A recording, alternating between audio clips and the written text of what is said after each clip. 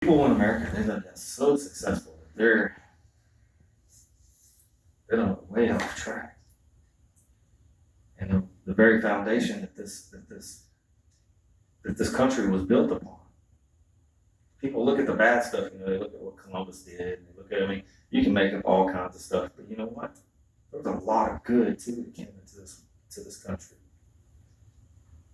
You look, there's some Christian women and men who went through this whole country preaching the gospel and died as martyrs and by Indians, by it's all about what you want to look at. If you want to find bad, guess what? You'll find it. If you want to find good, you'll find it. It's all about what you're looking for. Seek and you will find. If you seek evil, guess what you're gonna find? Evil. If you want to see the bad people, you'll find it. Because everybody is a sinner. I don't want to see the bad people. Me neither. I want to see the good people. I want to see the good people. What Jesus does is every person on the face of this planet has faults. Every person. We all have faults.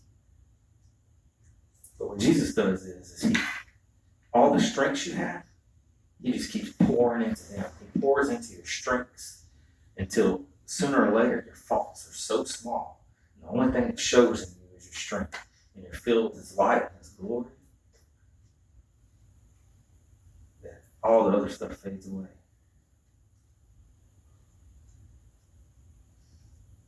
So Ahab, he was wicked. And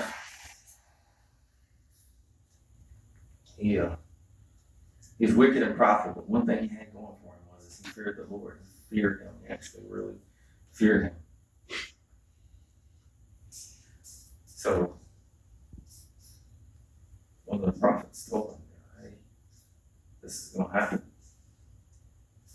And his kingdom was going to fall. He fell down. He put himself in sackcloth. Humbled himself before God. He said, forgive me.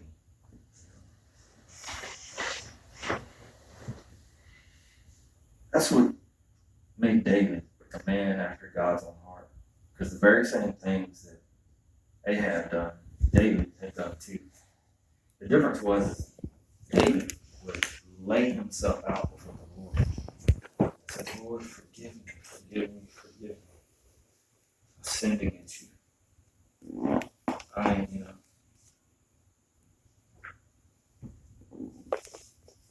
being completely humble before the Lord, laying it all out, leaving nothing hidden,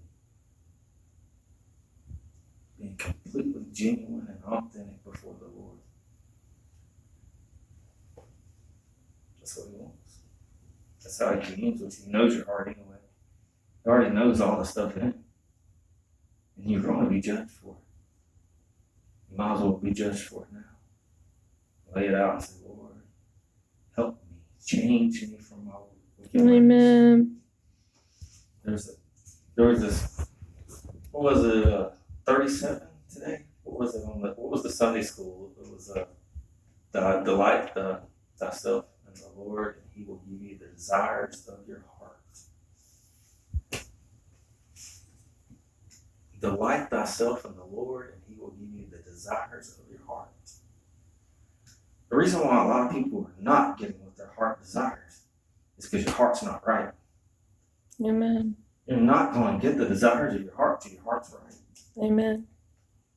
It's funny, your heart changes whenever the Lord shows up. Amen. And he will give you the desires of your heart, but you know what? You don't even know your heart. You don't even know what you want. You have to lay yourself out before the Lord and let him change your heart. Let him pull out that stony heart and give you a fleshy heart. Amen. A heart made for him.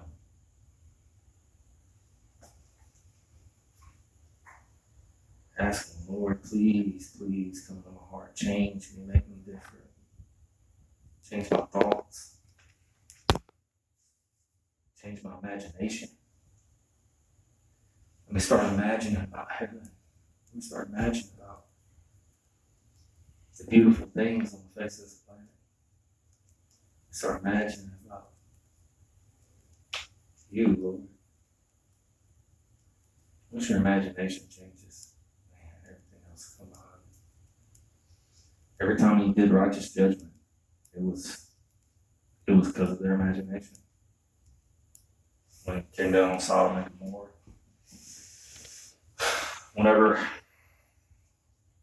when the Tower of Babel, he said they can do whatever they imagine now. So they may confuse their language. Whenever he flooded the earth, what was it? He said their imaginations are continually on evil. Right now, as we sit here and as we're talking about this, and we try to keep our imagination holy and sanctified and set apart for him, you know. How many people out there right now are imagining evil?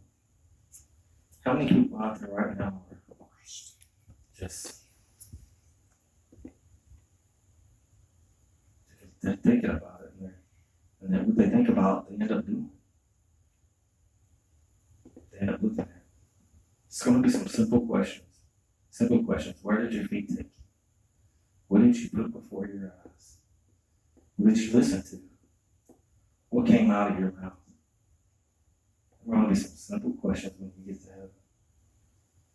And you're going to hear it. You're going to hear one or the other. I know what I want to hear. I know what I want to hear. Amen. I wish other people would understand it and just. It's right now, somebody right now is. They're dying and they never knew him. They never knew his goodness. They never knew how merciful he was. I mean, he is merciful, man. Oh, thank you, Jesus, for your mercy. Thank you, Jesus. He wants to give it right now. You know, he's on the mercy seat right now. Whenever he's on the judgment seat, it's going to be too late. It's going to be too late. He loves us.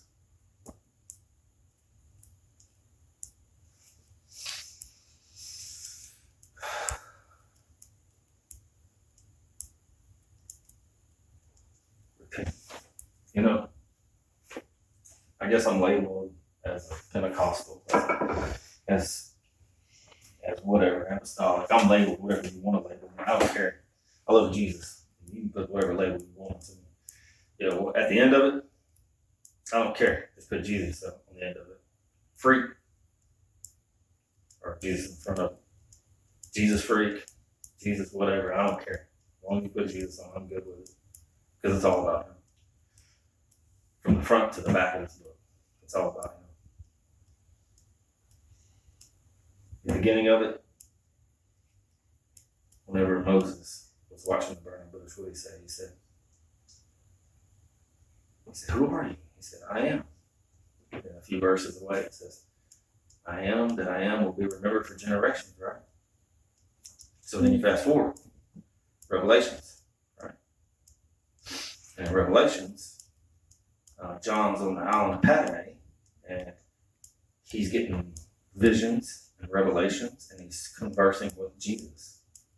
So all that's coming from Jesus. So Moses, under direction of I Am, wrote Genesis, wrote the Pentateuch, under influence of I Am. Fast forward in John, right? John, it says, Jesus says, truly before Moses was, I am. So by that, right? That means when Jesus said, I am the beginning and the end, he wasn't just talking about time and space. He was talking about the book from beginning to end. I am the book. And what does he say? I am the author and finisher of the faith. Jesus. It's all about Jesus. When you start reading it like that, I mean, Samson, what did he do? He ripped off the doors. What did Jesus say? I am the door. What was it? He was carrying wood. Whenever Samson pushed the thing apart, right, and it all fell down on the wicked, the temple was ripped. Yeah, because his hair grew back. It's strange. Whenever Isaac, the only other one that says begotten, that's the only one that's also referred to begotten besides Jesus, he carries what wood up to the top for his own What about sacrifice. the little kid that got Every story has Jesus in it, whether you choose to see it or not. Every story has Jesus in it.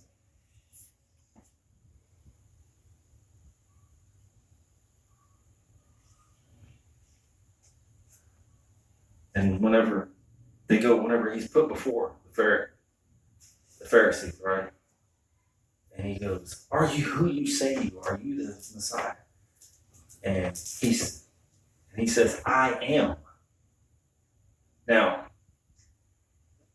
he says, "I am the Messiah, right? And I will be coming, and you will see me coming on the right hand, right?" So, whenever he says, "I am," how he put in emphasis, right? I am. Amen. I know what's wrong. When he said everything that he said, right? He said, "I am the door. I am the gate. I am the light of men. I am." He's a Whenever they came to get him in Gethsemane, what did he say? "I am he," and they all fell down because there's power in the "I am." Amen. The power in the name of Jesus. So all the names before, right? Because I mean, I've lived on this earth a little while. I've had quite a few names. Imagine being here from the beginning of time, how many names you would get from Jehovah to Yahweh to Emmanuel, Jehovah Jireh. How many names you get, right? If you created time, you were here at the beginning of time, how many names do you think you would get? So when Jesus came to consolidate one name, there was this man, I forget his name, but he went under the Golgotha calendar, and he said he found the Ark of the Covenant, and he had some blood where the cross, and he believed the blood had come down to the cracks and crevices and bled on the Ark of the Covenant. That was Jesus' blood. Yeah. And they took the blood and they had it tested. Right? And when they had it tested, it didn't have a father. There was no father chromosome, the X and Y.